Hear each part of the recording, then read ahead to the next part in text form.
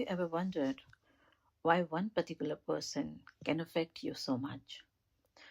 Not your colleagues, not your neighbor, not a stranger, not even someone you barely know, but that person. One message from them can change your entire mood.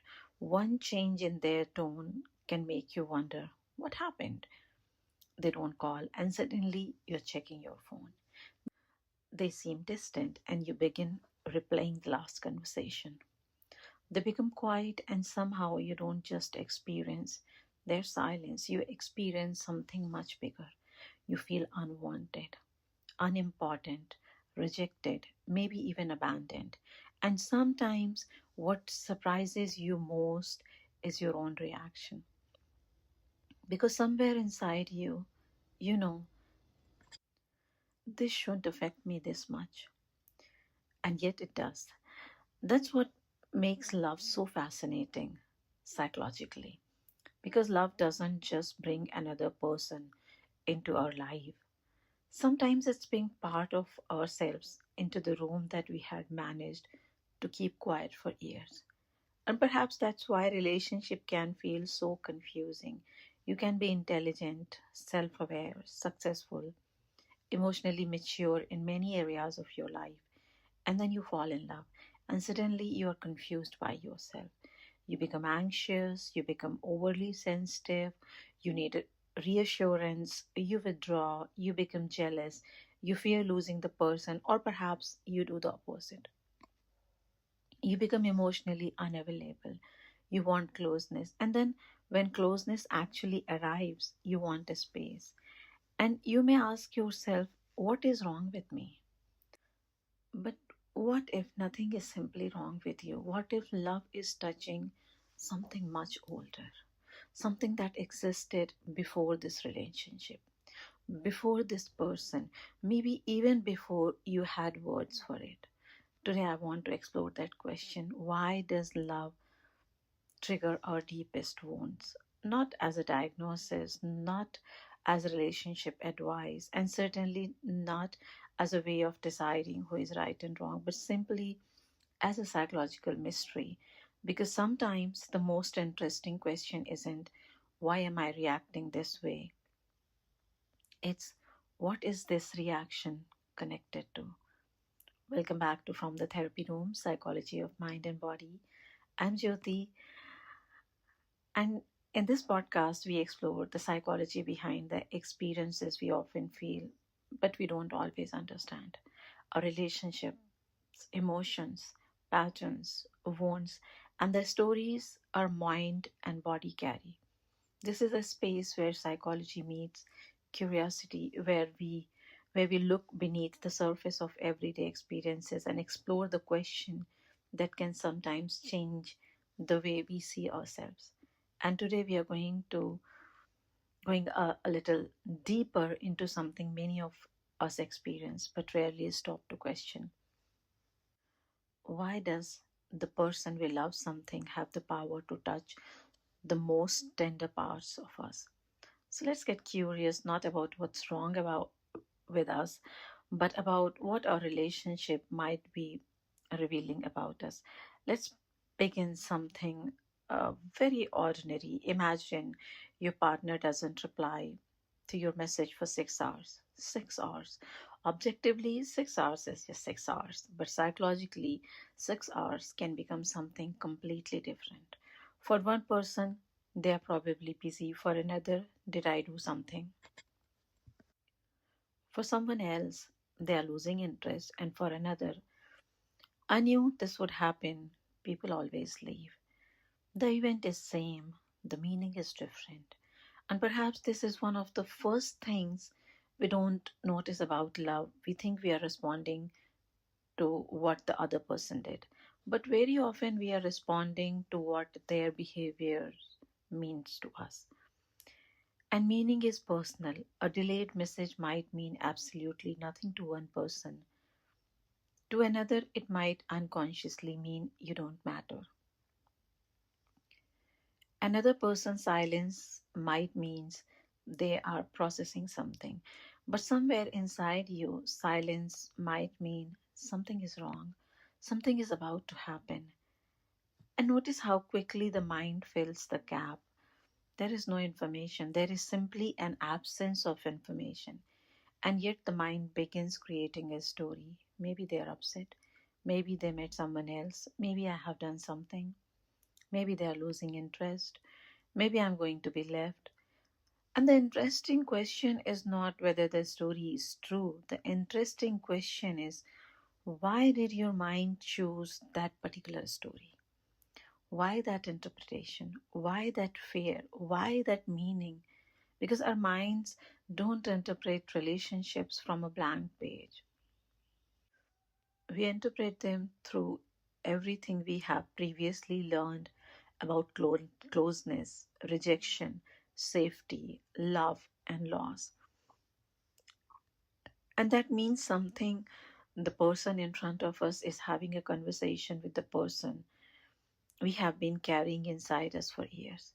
They don't know they are having that conversation. We don't know we are having it either. And yet, something in us recognizes the emotional situation. I have been here before, not necessarily literally, but emotionally. And perhaps that's why certain relationships feel strangely familiar even when the person is completely new. You may have never met someone like them before, and still somehow you know the feeling. This is what makes unconscious patterns so fascinating. The conscious mind says this is a new relationship. Something deeper may be saying, no, I know this. And that's where psychology becomes fascinating, because our emotional reactions are rarely produced by the present moment alone. The present moment often acts like a button, but the intensity of what follows may come from somewhere else. This is one reason relationship can become such powerful emotional triggers, because intimacy creates vulnerability, and vulnerability brings us close to the very thing we usually protect ourselves from. Think about it. If you don't care deeply about someone, their approval doesn't have enormous psychological power over you. But when someone becomes important, their acceptance matters. Their attention matters, their withdrawal matters, their opinion matters, their affection matters, their silence matters. In other words, the more emotionally significant someone becomes, the more access they have to our emotional world. And perhaps this is why the person we love can sometimes hurt us in a way that nobody else can. A stranger can insult you, you may get angry, but your partner says one sentence and you may carry it for 3 days. Why? Because the partner isn't simply a person. Psychologically, they may also become connected with much deeper themes. Am I lovable? Am I enough? Will you stay? Can I trust you? Will you choose me? Can I depend on you? What happens when I need someone? I mean, there are so many questions starts coming in our mind. And these are not merely relationship questions, they are deeply human questions. Here is an important distinction. Sometimes we say, this relationship caused me insecurity. And sometimes that may genuinely be true. Relationships can be harmful. People can betray, manipulate, abandon, humiliate, or emotionally neglect us. We shouldn't romanticize that. But there is another possibility. Sometimes the relationship didn't create the entire world. It touched one that was already there. And this distinction become particularly important because otherwise we can begin blaming the relationship for every feeling we experience inside it. Sometimes the relationship genuinely is unhealthy. Sometimes someone really is emotionally neglectful. Sometimes someone really is inconsistent. Sometimes someone really is betraying our trust. So, this isn't about turning every painful relationship into a story about childhood, But there are moments when something very interesting happens. The external event is relatively small, but the internal response is enormous. And that difference can make us curious. Imagine somebody says to you, "Why are you so upset? I only said that once," and perhaps from the outside they are right. They said one sentence, but inside you, that sentence didn't arrive alone. It arrived carrying an entire emotional history. This is this is sometimes what makes childhood trauma and relationships so difficult to recognize. The childhood may be over. The parent may no longer be present. The family home may be hundred or thousands of kilometers away, and yet the emotional expectation can remain. The child who learned "I have to earn love" may become the adult who constantly tries to be the perfect partner. The child who learned "people leave when I need them too much" may become the adult who becomes uncomfortable with dependence. The child who learned conflict is dangerous may become the adult who cannot tolerate disagreement. And the child who learned nobody is coming may become extraordinary self sufficient. So sometimes what looks like strength has a history, what looks like independence has a history, and what looks like neediness has a history. Even what looks like emotional coldness can have a history. And perhaps this is why judging these patterns can be so misleading. Because what looks irrational from the outside may have once been profoundly intelligent from the inside. A child adapts to the world available to them. The fascinating question is what happens when that adaptation grows up. Imagine someone who grew up never knowing exactly where affection would be available. Sometimes there was warmth, sometimes distance, sometimes approval, sometimes criticism. They grow up, they function, they become independent. They may even tell themselves, "I don't need anybody." Then they fall in love, and suddenly their partner's mood matters enormously. A slight change in tone becomes significant. A little emotional distance becomes threatening, and they may wonder, "Why am I suddenly so needy?" But perhaps this isn't the beginning of their story. Perhaps it's the first time the older story has found a place where it can become emotionally alive again. And this is where the idea of attachment wounds becomes so interesting. Our earlier relationships teach us, often without words, what closeness feels like, whether closeness feels safe, whether needing someone feels acceptable, whether conflict means connection will end, whether love is predictable, whether we have to perform to receive affection, whether vulnerability is welcomed or punished. And none of this necessarily happens through dramatic childhood trauma. Sometimes it happens through very ordinary experiences. A parent who was physically present but emotionally unavailable. A child who learned not to bother anyone with their feelings. A family where emotions were rarely discussed. A child who became the good one, the responsible one, the successful one, the easy one, the one who didn't create problems. And eventually the child become an adult.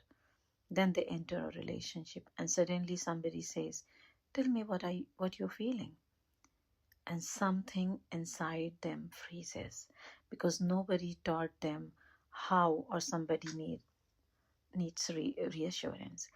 And something inside them feel overwhelmed because needing another person once felt dangerous, or somebody become distant, and suddenly the adult feels like a frightened child again, not literally but emotionally. We often imagine childhood as something that ends. You grew up, you leave home, you become an adult, and psychologically we assume This that was then, this is now, but the emotional brain doesn't always organize experiences according to chronological time. Some something can be 30-year old and is still feel emotionally immediate. You might hear your partner says you're overreacting, and intellectually you hear one sentence, but emotionally something much older may be activated. Maybe this sentence carries uh, the feeling, my feeling don't matter, or I'm too much, or nobody understands me, or I have to explain myself to deserve being heard. This is one of the reasons childhood trauma and relationships are so closely connected. And trauma doesn't always mean one catastrophic event. Psychologically, trauma can also involve repeated experiences of being overwhelmed, unseen, frightened, shame, emotionally alone, or unable to make sense of what was happening. And sometimes what becomes traumatic isn't even what happened. It is what the child had to conclude about themselves because of what happened. I'm not important. I cannot trust people. I have to take care of myself. If I'll upset people, they will leave. If I need too much, I'll be rejected, or something like that, or I have to be perfect. I mean, these conclusions can become visible, and invisible beliefs are often the most powerful ones. You don't necessarily wake up in the morning thinking, today I'll behave according to my childhood attachment wound. It doesn't work like that. Instead, these beliefs can become assumptions. You don't question them, you simply experience them as reality. Of course, I have to handle everything myself. Of course, people eventually leave. Of course, I shouldn't ask for too much. Of course, I need to keep everyone happy. Of course, if someone is upset with me, I have done something wrong. And because these beliefs operate quietly, they can feel like personality. That's just who I am. But sometimes what we call personality is partially a collection of adaptation. This is where uh, developmental psychology become incredibly interesting. A child doesn't have the psychological freedom of an adult. A child depends on caregivers. So when something goes wrong in the relationship, the child cannot simply say, my parent is emotionally unavailable. The child is more likely to wonder, what is wrong with me? Because psychologically it is safer for the child to believe I'm the problem than to fully recognize the person I depend upon cannot give me what I need. And that can create some very deep relational beliefs. If I become good enough, they will love me. If I don't create problems, they'll stay. If I can anticipate their need, I'll be safe. If I don't need anything, I can't be disappointed. And then years later, someday, somebody enters a romantic relationship with that person. And suddenly these old strategies become visible. Not because the person is broken, but because intimacy creates the conditions under which those old strategies become relevant again. This is perhaps one of the strangest things about psychological development. We can outgrow a situation without necessarily outgrowing the emotional logic we we developed inside it. We don't walk around consciously thinking them. Instead, they can become the background music of our relationships. And then love turns the volume up. This brings us to Freud. Now, Freud can sometimes feel very distant from modern relationship psychology. But one of the most enduring ideas is surprisingly relevant here. We are not always as conscious of our motives as we believe we are. Freud becomes deeply interested in repetition, and Freud's contribution here becomes even more interesting when we think about what later psychodynamic psychology called transference. Very simply, transference describe the way feeling, expectations, and relational patterns associated with some important people from her past can become activated in present relationship. And romantic relationships are almost perfect environment for this to happen, because your partner gradually become emotionally important. Their approval matters, their disapproval matters, their attention matters, their absence matters, their opinions of you matters. And when somebody becomes psychologically important, the mind may begin attaching old meaning to new experiences. Your partner isn't your parent, you know that, but emotionally certain situation can produce a familiar feeling, and that's the fascinating distinction. You can know something intellectually and still experience something very differently emotionally. You may know my partner isn't going to abandon me and still feel terrified when they become distant. You may know my partner loves me and still feel compelled to prove yourself. You may know they are allowed to be upset with me and still experience their anger as catastrophe. That gap between what we know and what we feel is psychologically fascinating. It tells us that emotional learning isn't stored only as information, it's also stored as expectation. And expectations shape perception. So perhaps when we enter intimate relationships, we are not only asking, who is this person? Some deeper part of us may also be asking, what kind of relationship is this going to be? What role will I have to play? Will I be chosen? Will I have to earn love? Will I be abandoned if I disappoint you? And perhaps this is one reason why two people can enter the same relationship with completely different emotional realities. They aren't only responding to each other, they are also responding to what relationships have historically meant to them.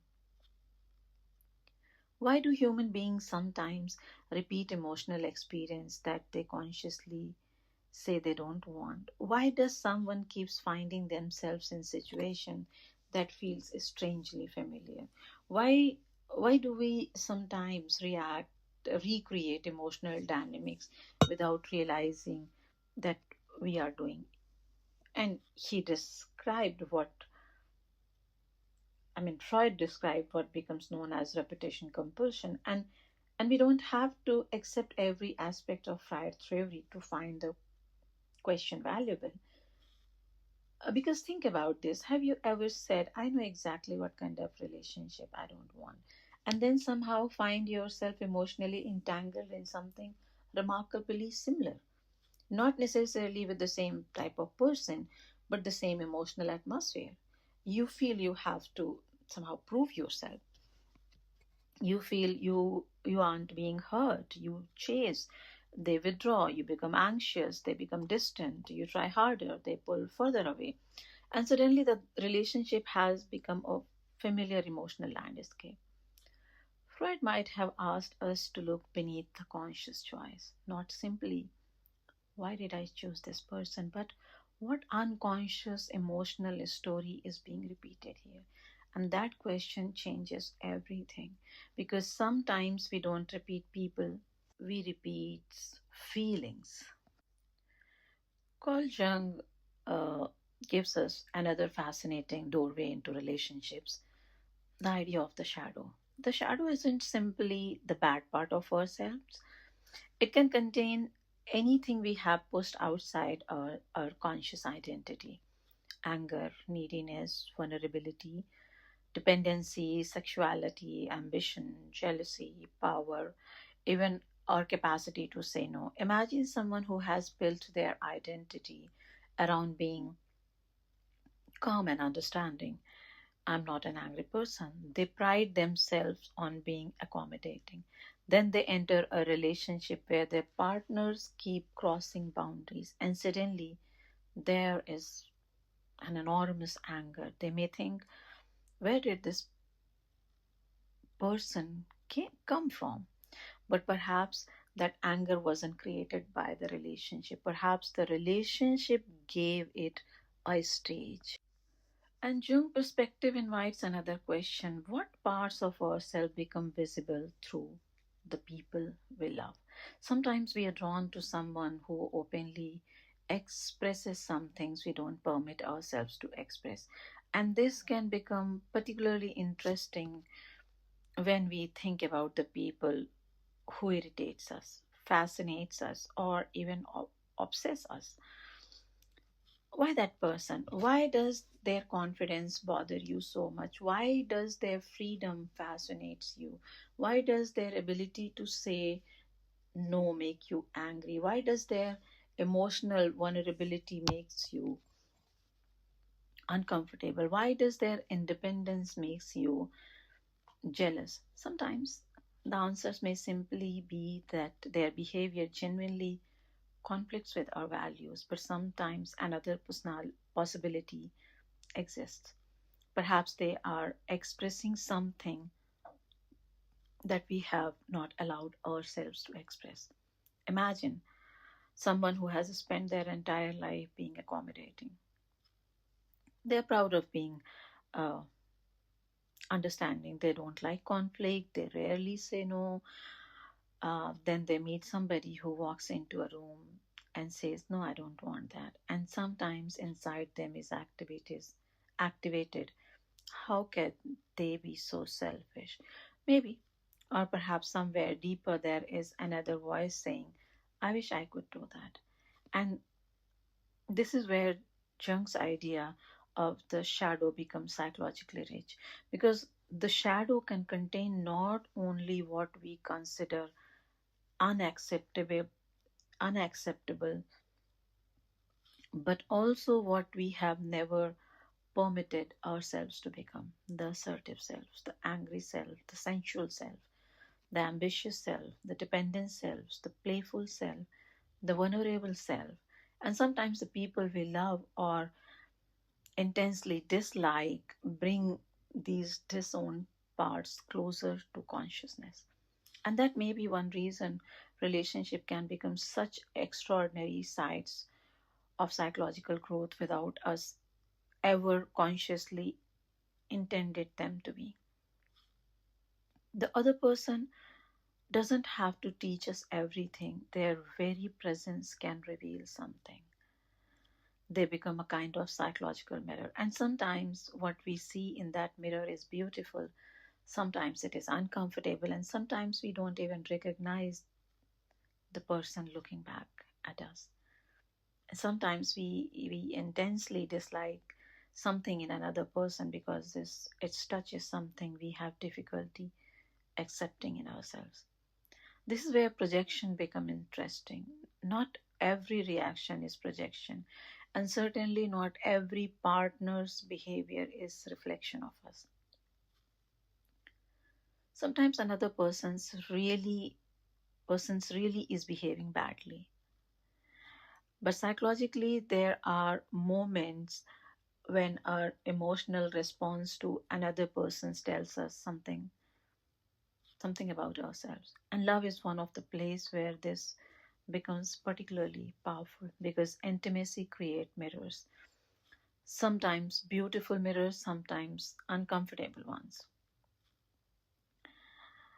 There is another theory, attachment theory, that I mean, I'm trying to explore it from this perspective too. So this attachment theory gives us a very human way of understanding why relationship can activate such a strong emotional response, because the human nervous system is deeply sensitive to connection. For someone with a more anxious attachment pattern, distance can feel threatening. For someone with a more avoidant pattern, closeness itself can feel threatening. And for someone with a fearful or disorganized pattern, both can be complicated. Come closer? No, not that close. Don't leave me, but please don't need too much from me. I mean, that kind of contradiction can be incredibly confusing. And sometimes people spend years asking, why am I like this? But perhaps the better question is, what did closeness come to mean for me? Because attachment isn't simply about whether we like being close to people. It is much deeper than that. Attachment is partially about our own nervous system expect to happen when we become emotionally dependent on someone. And dependence is a difficult word for many adults. We often celebrate independence. I can manage everything myself. I don't need anyone. I don't ask for help. And that can certainly be genuine strength. But psychologically, there's a difference between I don't need you because I know I can survive without you, and I don't need you because needing you feel dangerous. From the outside, those two people may look identical. Inside, they may be living completely different experiences. And then there is anxious side of attachment. Someone may become hyper attuned to the relationship. They notice everything: the punctuation in a message, the change in someone's voice, how long it took them to reply, whether they used a nickname, whether they seemed distracted, whether they initiated contact, and sometimes the person themselves doesn't even understand why they are noticing all these details. But the attachment system is essentially asking, are we still connected? And then there are people who respond to relational threat by moving away. They become quiet. They need space. They intellectualize. They convince themselves they don't care. They focus on work. They become emotionally unavailable. And sometimes two people with opposite strategies find one another. One reaches, the other withdraws. The more one reaches, the more the other withdraws. The more the other withdraws, the more the first reaches. And eventually, both people are reacting to each other's reactions. Nobody consciously decide to create this pattern, and yet the pattern has taken over the relationship. This is really fascinating things about, attachment. Sometimes the relationship is not being driven by what either person wants. It's being driven by what each person's nervous system fears. Did closeness means safety or responsibilities? Did it means warmth or unpredictability? Did it means being known or being controlled? Did it means being loved or being heard?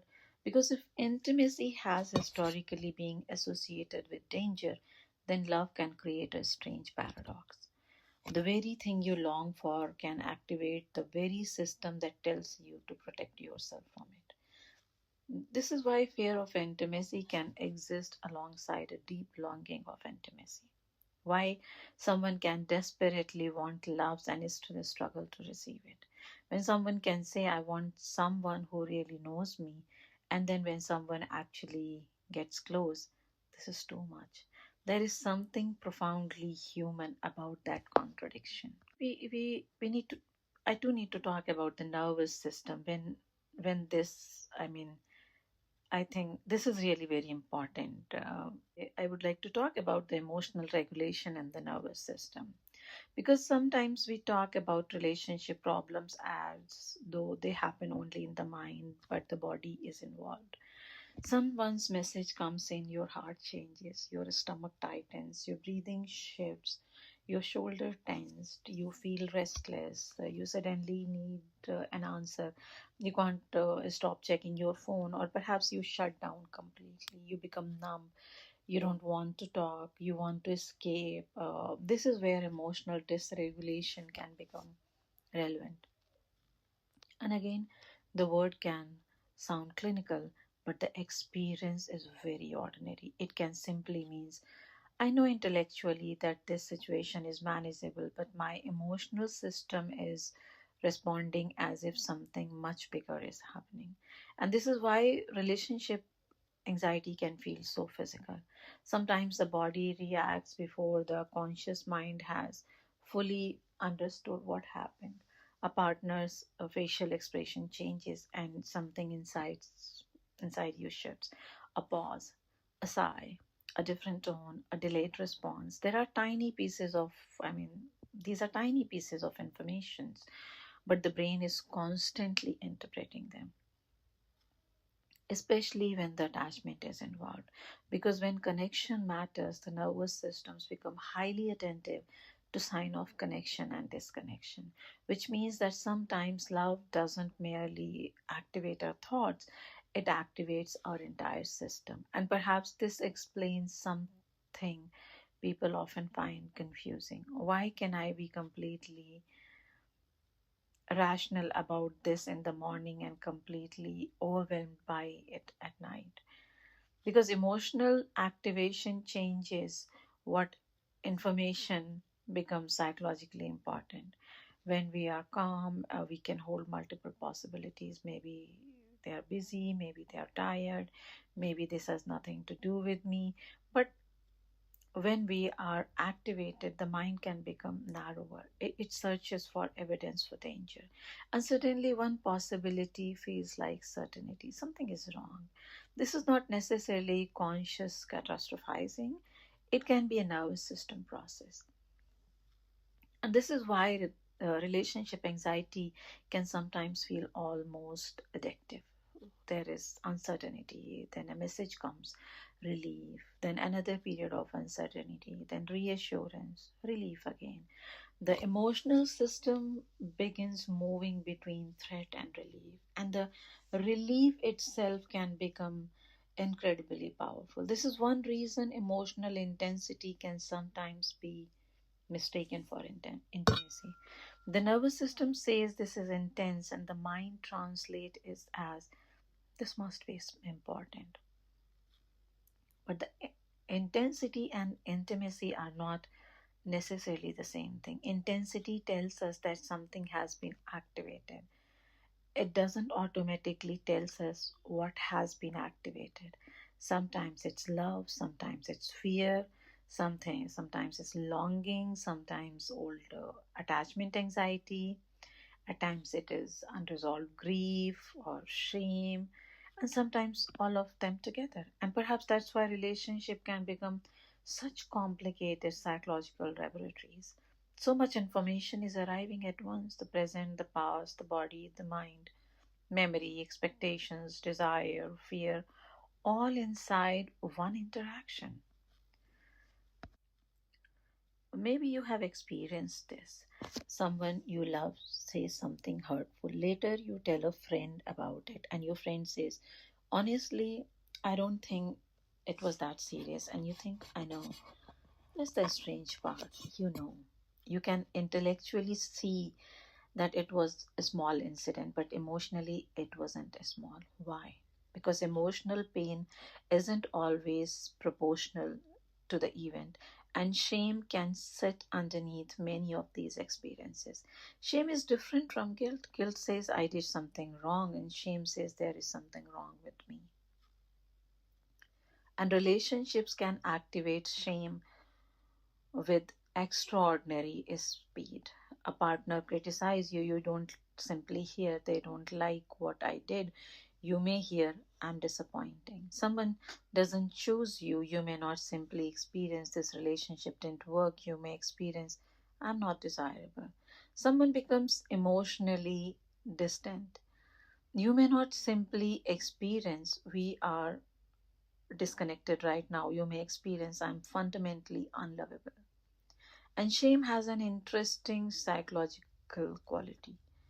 It often makes us want to hide. So, the very moment we most need connection can become the moment we withdraw.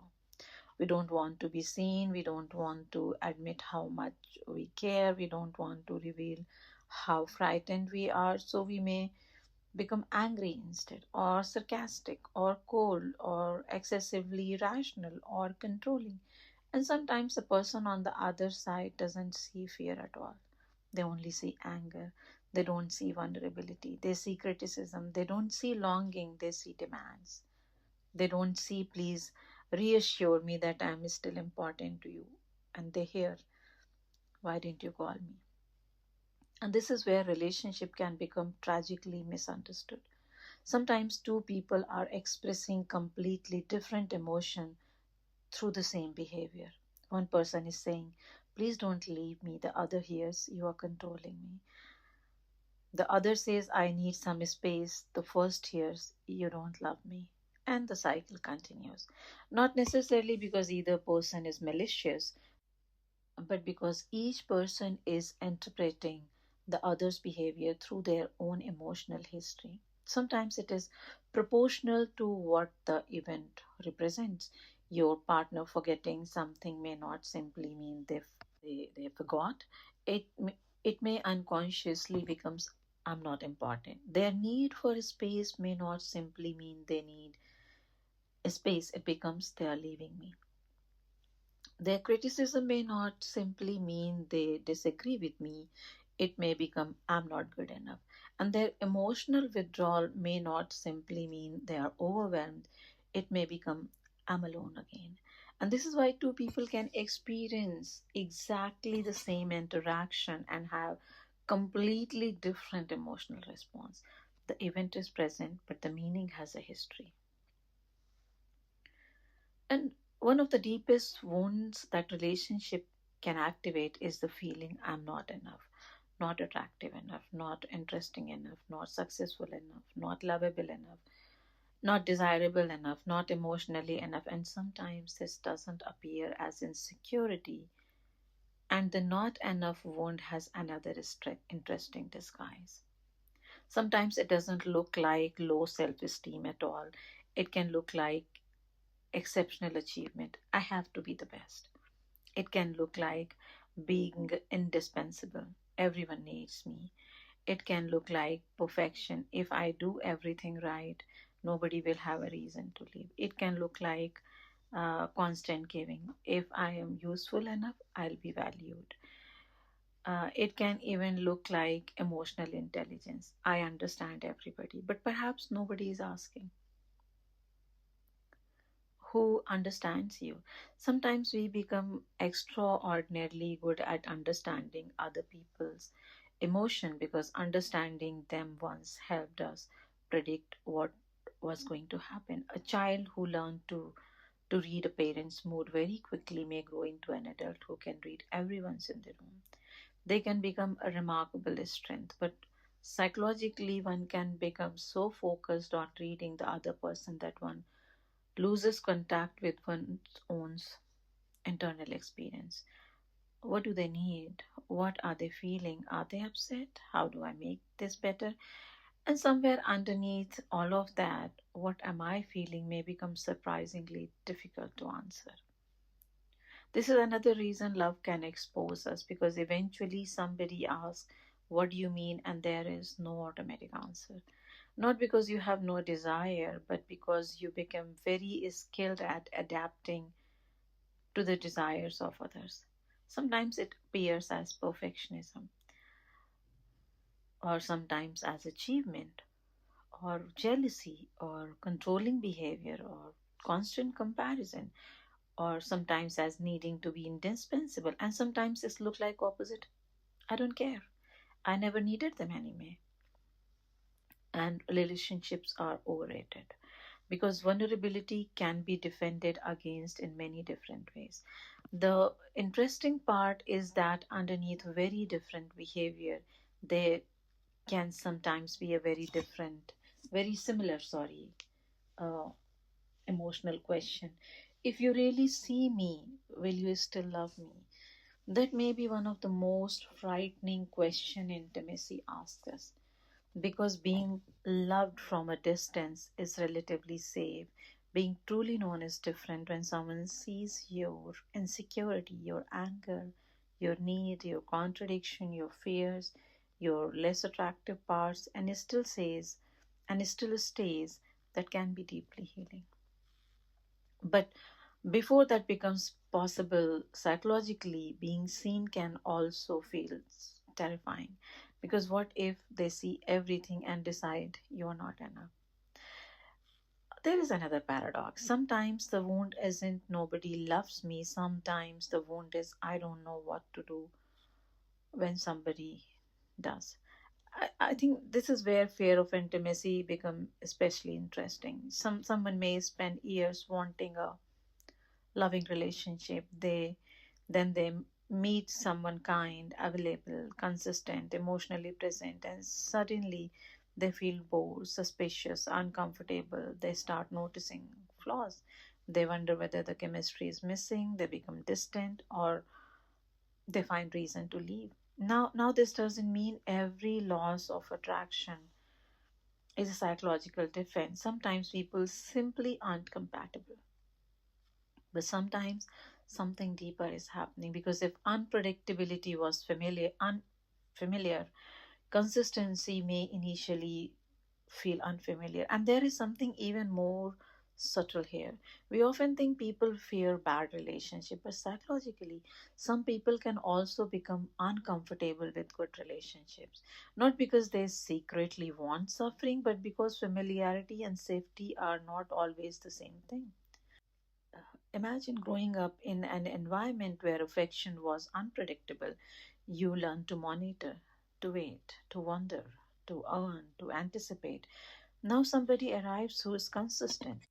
They communicate, they are available, they don't create emotional chaos. And strangely, the nervous system doesn't immediately says, wonderful, this is safe. It may say, something feels unfamiliar, and the mind begins searching. Is there enough chemistry? Why don't I feel more? Maybe they are too nice. Maybe something is missing. Again, this doesn't mean that every stable relationship is secretly your perfect relationship. Compatibility is still matters. Attraction matters, values matters, but psychologically it raises an interesting question. What does your system recognize as love? Because sometimes what we call chemistry is partially recognition. I know this feeling. And sometimes what we call boredom is simply, I don't know this feeling. That distinction can be profound, because a nervous system can become very familiar with emotional unpredictability, and familiarity can masquerade as attraction. Not always, but sometimes. And perhaps this is one reason why people can intellectually know what they want while repeatedly being emotionally drawn towards something else. The conscious mind has one definition of love, the nervous system may have another. And the nervous system doesn't always interpret unfamiliarity as safety. Sometimes it interprets unfamiliarity as something is missing. This is one reason why people sometimes confuse intensity with intimacy. The emotional highs and lows can feel like prison. Uncertainty can feel like chemistry. Chasing can feel like love. Relief after conflict can feel like closeness. And calmness can feel like strangely empty. Not because calm love is empty, but because the nervous system may have learned to associate emotional intensity with connection. This is also where terms like trauma bonding have entered popular relationship conversations. And the term is important when used accurately, but psychologically, we have to be careful. Not every difficult relationship is a trauma bond. Not every intense relationship is a trauma bonding. Not every anxious attachment is trauma bonding. And not every emotionally complicated relationship means something has a disorder. Sometimes psychology gives us language, but language can become another way of oversimplifying human being. The same is true for label like narcissistic, avoidant, anxious, borderline, codependent, or emotionally unavailable. These words can sometimes describe meaningful patterns. There's another reason I think we need to be careful with psychological label, because once we have a label, we sometimes stop being curious. He's avoidant, she's anxious, he is narcissist, I'm codependent, and suddenly the complexity of two human beings becomes a category. But psychodynamic uh, thinking asks us to remain interested in the person underneath the behavior. What made this defense necessary? What does this person fear? What does this person fear? What does this behavior protect? What does it prevent them from feeling? Because even a behavior that creates problem may have psychological function. Withdrawal may protect against vulnerability. Anger may protect against helplessness. Control may protect against uncertainty. People pleasing may protect against rejection. Perfectionism may protect against shame. Emotional numbness may protect against overwhelm. And this does not make the behavior harmless. Understanding a defense is not the same thing as approving of it. It simply means becoming curious about the function. And and perhaps that is one of the most beautiful things psychology can offer us, not excuses but context. Not this is why I'm this way, so nothing can change, but simply there may be more happening here than I initially understood. But a human being is always more complicated than a label, and perhaps that is worth remembering when we talk about relationship trauma. Because the question isn't always which diagnosis explain this. Sometimes the more interesting question is what emotional system is being activated between these two people. What happens when one person moves closer? What happens when the other moves away? What does one person's fear evoke in others? What does one person's withdrawal evoke in the others? And suddenly we begin to see that relationships are not simply two individuals, they they can become a psychological system. And perhaps uh, this brings us to the deepest question of all. There is a concept of psychodynamic thinking that I find particularly relevant to intimate relationship. We are not exactly the same person in every relationship, not because we are fake, but because relationship evoke different relational selves. Think about it. There may be a version of you that exists with your closest friend, another version with your parent, another with your child, another at work, another with someone you deeply desire, and perhaps another version appears when you feel rejected. These are not necessarily different personalities, they are different relational configurations. Different part of the self become more active depending on what the relationship evokes. This is why somebody might say, I don't understand why I become like this with them. I'm not like this with anyone else. And perhaps that's the clue. Maybe the first question isn't which version is the real me. Maybe several versions are real. The deeper question is what does this relationship bring forward in me? Does it bring forward the child who wants reassurance, the adolescents who want to prove independence, the adults who want partnership, the protector who wants to leave before being left, the part that want to merge, the part that desperately want autonomy, the part that wants to be seen, the part that is terrified of being seen. Perhaps love becomes psychologically powerful because it doesn't simply connect one whole person with another whole person. It creates a space in which many parts of both people begin interacting. And sometimes that interaction is beautiful. Sometimes it is painful. And sometimes it reveals things neither person know were they there. Not who are you, not even why do you hurt me, but who do I become when I'm with you? Because different relationships can bring out very different versions of ourselves. With one person, you are playful, with another person, you are anxious, or another one, you are constantly proving yourself. With another one, you become the caretaker. With another, you are rebellious. With another, you are silent. Why? The psychodynamic perspective would be curious about this because relationship don't just reveal what another person is like, they can reveal what happened inside us in relation to another person. And sometimes we don't meet only our partner in a relationship, we meet our history. We meet our attachment expectations, we meet our defenses, we meet our unmet needs, our fears. We meet the part of ourselves we have rejected. We meet the child who once needed something. We meet the adult who learned to survive without it. And perhaps this is why love can feel so enormous because psychologically, love is rarely only about the person standing in front of us. It is about everything that person comes to represent. And perhaps one of the strangest thing about love is that it can collapse time. You can be 40, 50, 60, 30. You can have lived an entire adult life. You can have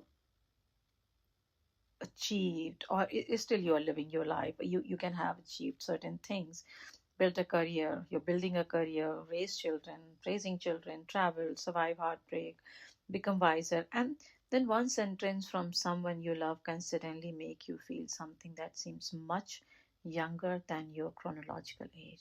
Not because you have literally become a child again, but because emotional memory doesn't always behave like ordinary memory.